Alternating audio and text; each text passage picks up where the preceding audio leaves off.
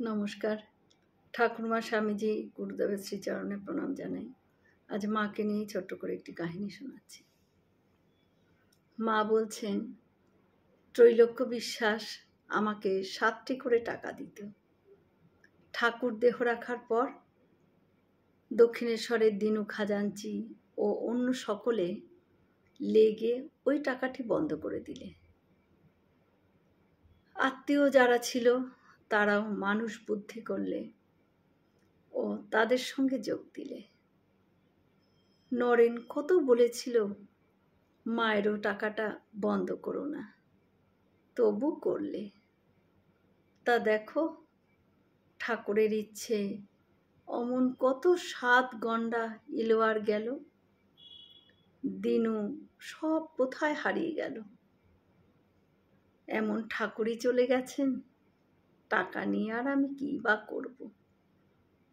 আমার তো এ পর্যন্ত কোনো কষ্টই হয়নি, কেনই বা হবে।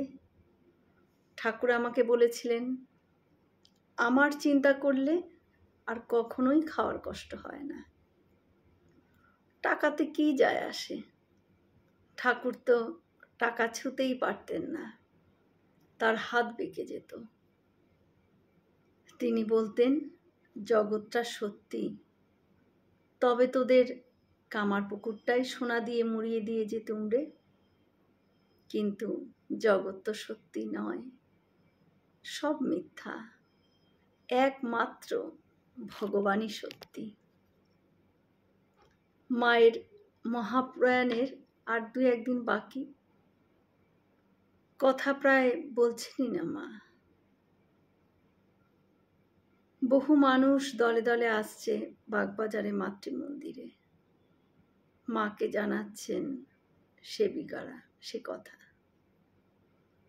শুনে করুণাদ্র কণ্ঠে জননী উচ্চারণ করলেন, জগতের উদ্দেশ্যে তার অন্তিম বার্তা।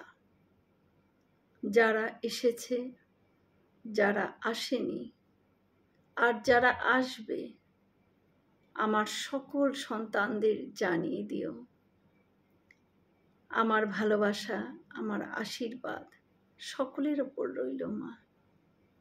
জয় মা শারদা। আমরা সকলে মিলে একসাথে বলি, জয় মহামাই কি জয়, জয় ভগবান শ্রী শ্রী রামকৃষ্ণ দেব কি জয়, জয় স্বামীজি মহারাজ জি কি জয়। হয়তো অনেক ভুল ত্রুটি হলো, ঠাকুর যেন আমায় ক্ষমা করে দেন। সকলে সুস্থ থাকবেন, আনন্দে থাকবেন। ঠাকুর মায়ের কৃপা দৃষ্টি সকলের উপর বর্ষিত হোক। শুভরাত্রি।